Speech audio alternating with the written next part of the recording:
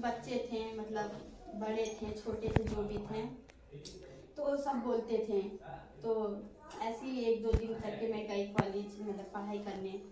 फिर उसके बाद मैं आती थी घर में रोने लगती थी, मम्मी को नहीं बताती थी। जब मम्मी पूछती थी तो बोलते थे होमवर्क नहीं किया था इसलिए डांट खाते थे, मार खाते थे। फिर रोज रोज का मेरा ऐसे ही था। फिर एक दिन मम्मी से बोली कि मैं पढ़ने नहीं जाऊंगी। तो मम्मी पूछी कि क्यों नहीं जाओगी, तो हमने बोला कि बस हम नहीं जाएंगे पढ़ने, आप हमारी पढ़ाई बंद करा दीजिए। तो मेरी मम्मी पापा दोनों मुझे समझाने लगे कि पढ़ाई क्यों बंद करोगी, पढ़ो, तुम्हें तो बहुत कुछ बनना है अभी आगे। पर मेरे उस समय दिमाग में कुछ नहीं आ रहा था, बस मुझे ये समझ में आ रहा था कि हम पढ़ाई नहीं करेंगे। क्योंकि उस बीच में अगर एक अकेले मैं इस बीच में ऐसी लड़की हूँ तो जाहिर सी बात है सब कुछ बोलेंगे, अरे इसका हाथ नहीं है, ये है वो है, बहुत चीज़ बोलते। तो हम लोग को भी दिक्कत होती है, हम लोग को भी तकलीफ होता है कि कोई हमको ऐसा बोल रहा है। पर उसमें मेरी क्या गलती, हो तो कुदरती चीज़ है, उसमें मेरी कोई गलती नहीं है। तो फिर मम्मी को जब बताने लगे कि वहाँ के बच्चे, वहाँ के ऐसे लोग बोलते थे, तो मेरी मम्मी ने एक समझाया कि बेटा तुम उस पूरे क्लास में, पूरे स्कूल में एकलौती ऐसी लड़की हो कि तुमसे देख के सब सीखेंगे। और मैं पढ़ने में भी बहुत अच्छी थी, हमेशा मैं फर्स्ट आती थी, और टीचर भी वहाँ की बहुत अच्छी थी, मुझे सपोर्ट करती थी। तो फिर ऐसे ही धीरे धीरे धीरे धीरे पढ़ाई आगे होती लगी। फिर बच्चे भी मुझसे आके बात करने लगे कि अरे नहीं ये अच्छी है पढ़ने में, फर्स्ट आती है। तो सब मुझसे दोस्ती करना उस समय चाहते थे।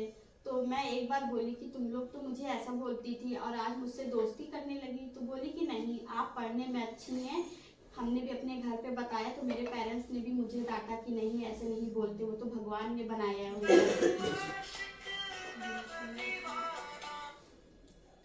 स्कूल में भी मेरा फर्स्ट डिवीज़न आया था, तो मुझे गवर्नमेंट की तरफ से छूट मिली थी, पैसे से भी मिले थे। तो वहाँ से एक बार मुझे ऑफर भी कुछ आया था, मतलब उतना फिर हम लोग ने लिया नहीं माइंड में, अभी तो हम लोग को पढ़ना था, अपने फ्यूचर का देखना था, फिर नहीं लिया।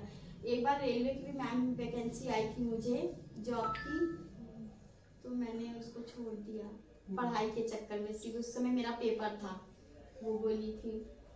तो मेरी लाइफ तो बहुत डिफरेंट है, मुझे तो लगता है, अब आप लोग को दिखता भी होगा, जाहिर से बात है, मुझे इतनी मेहनत करनी पड़ी। मैं जब जब अगर कुछ लिखती या पढ़ती तो मैं अपने को इतना मतलब महसूस करती हूँ कि मैं कैसे, मतलब मेरी क्या गलती थी क्या नहीं था, ये सब तो वही जान सकते हैं। पर मुझे बहुत बहुत ज़्यादा दिक्कत, पर अब मुझे कुछ नहीं फर्क पड़ता क्योंकि मेरी लाइफ अब कट चुकी है, अब मैं बड़ी हो गई।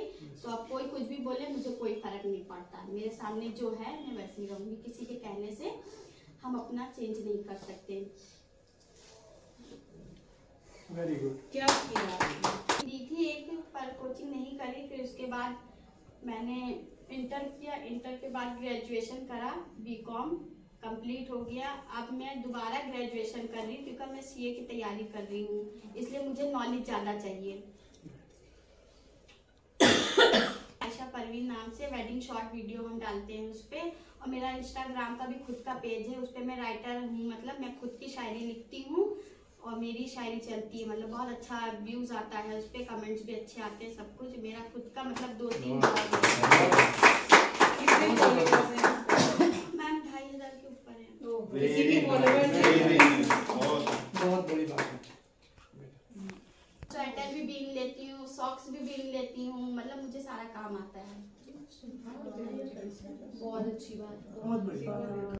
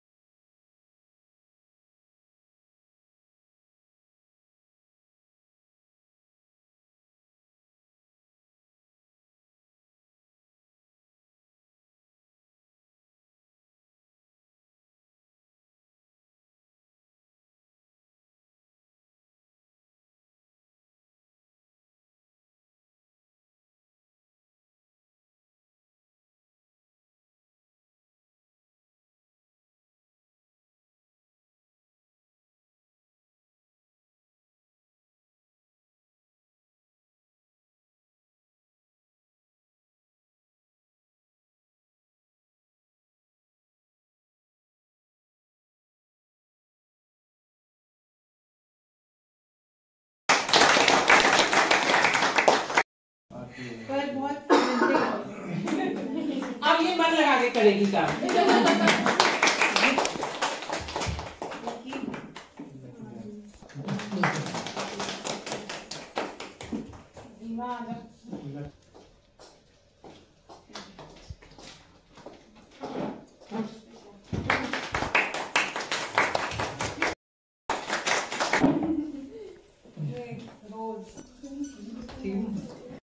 हम घर पे आ गए हैं तो हम लोग को आज हम लोग गए थे सिलाई सेंटर में तो सबको मिला तोहफा।